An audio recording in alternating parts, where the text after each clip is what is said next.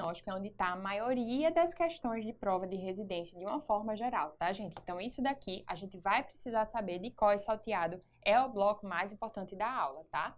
Então, primeiro, o que é que a gente precisa saber? Tudo isso daqui é fator de risco para que a paciente evolua com hiperglicemia na gestação. Tudo isso aqui a gente precisa saber no dia a dia que aumenta o risco de uma paciente evoluir com hiperglicemia. Mas para a prova, isso daqui não é importante, gente. Por quê? Porque independente da paciente ter fator de risco ou não ter fator de risco, a gente deve fazer o rastreio para todo mundo. Então lembrem, é uma janela de oportunidade. Todas as gestantes que tiver no pré-natal, elas vão precisar fazer o rastreio do diabetes mellitus gestacional, beleza? Só não vai fazer se a paciente já era diabética. Por isso, a gente diz que o diagnóstico é universal. O diagnóstico está aqui entre aspas, porque, na verdade, o rastreio é universal. A gente não deve deixar passar nenhuma paciente, tá? E como é que a gente vai fazer esse rastreio? Aquele documento, primeiro de 2017, ele divide a gente em duas situações. Se a gente tem ou não disponibilidade técnica e financeira total.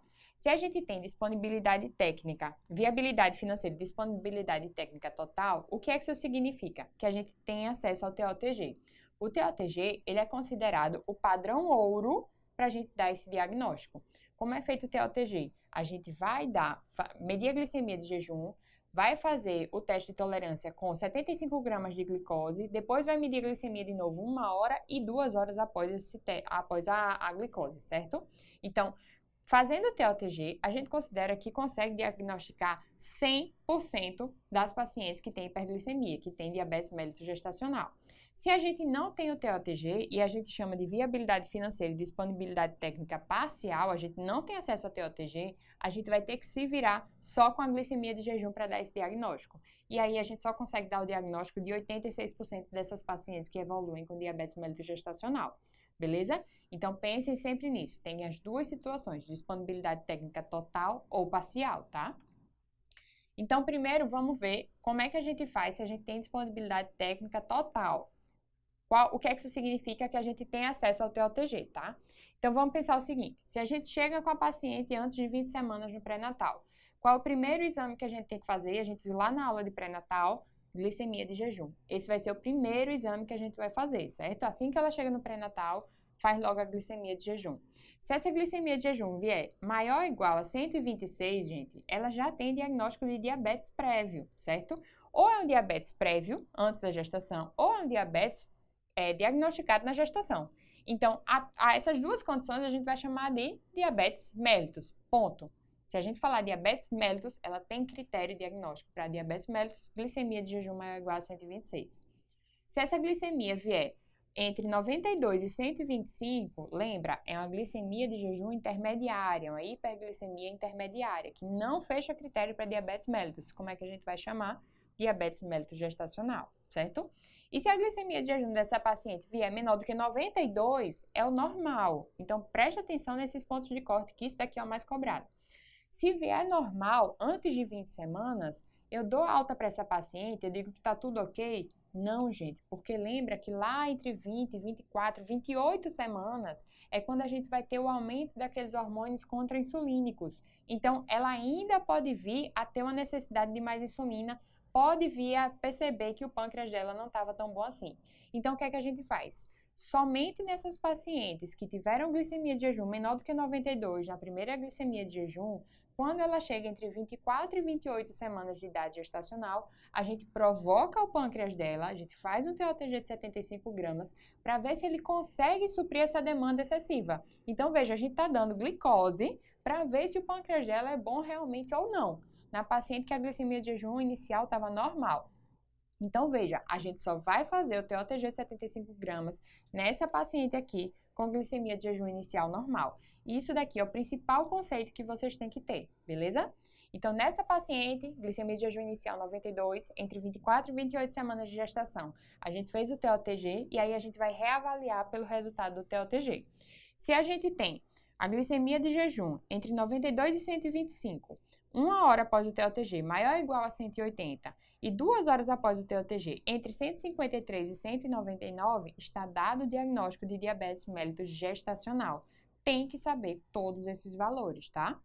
Se um desses valores o de jejum deu maior ou igual a 126, ou o de 2 horas deu maior ou igual a 200, lembra? Isso é critério diagnóstico para diabetes, então a gente fecha o diagnóstico de diabetes mellitus. Ah, Aline, mas no começo essa paciente estava com a glicemia de jejum normal. Tava, mas ela não está fechando o diagnóstico agora, critério diagnóstico para diabetes mellitus, a gente vai chamar de over-diabetes, mas para cá, para o diagnóstico, basta dizer que é diabetes mellitus, tá certo? E se der abaixo de 92, aí tá normal, certo? Então tem que saber esse raciocínio baseado na fisiopatologia para acertar essas questões de prova, tá? Se a gente não tem o TOTG, aí é aquela situação de viabilidade técnica parcial. A gente só consegue diagnosticar 86% dessas pacientes, tá? Então, começou o pré-natal em qualquer idade gestacional, a gente faz a glicemia de jejum. A glicemia de jejum menor do que 92, a gente vai fazer o quê? Mesmo raciocínio do TOTG. Espera ela chegar entre 24 e 28 semanas de idade gestacional e testa aquele pâncreas de novo. Dessa vez a gente não consegue dar aquela sobrecarga de glicose, então a gente só faz o quê? Só a glicemia de jejum, beleza? E aí, se der menor do que 92, está normal. Se der maior ou igual a 126, diabetes mellitus. Entre 92 e 125, diabetes mellitus gestacional. Se desde a primeira glicemia de jejum a gente já tiver esse valor de diabetes mellitus gestacional ou já tiver critério diagnóstico para diabetes mellitus, já para aí, gente. Percebam, desde a primeira glicemia, se a gente já tiver maior ou igual a 126, já é diagnóstico de diabetes mellitus, e se tiver entre 92 e 125, já é diagnóstico de diabetes mellitus gestacional. Se a gente fecha o diagnóstico desde a primeira glicemia, tanto nessa situação quanto na de viabilidade técnica total, está dado o diagnóstico e a gente não precisa fazer mais nenhum exame. É uma informação muito importante. Quando a gente bota aqui, ó, já está dado o diagnóstico, acabou. Não muda o diagnóstico dessa paciente, tá certo? O que é que vocês vão precisar sonhar na noite de hoje, depois de assistir essa aula? Primeiro, e mais importante para as provas de uma forma geral, os valores que a gente vai considerar da glicemia de jejum para dar o diagnóstico de diabetes mellitus gestacional. Por que é que eu botei isso daqui? Entre 92 e 125 na glicemia de jejum, dado o diagnóstico de diabetes mellitus gestacional. Porque se a gente souber esse, a gente sabe os outros. Abaixo de 92 vai estar normal. Maior ou igual a 126, diabetes mellitus. Então, o que precisa saber é sempre esse, 92 a 125 para a glicemia de jejum.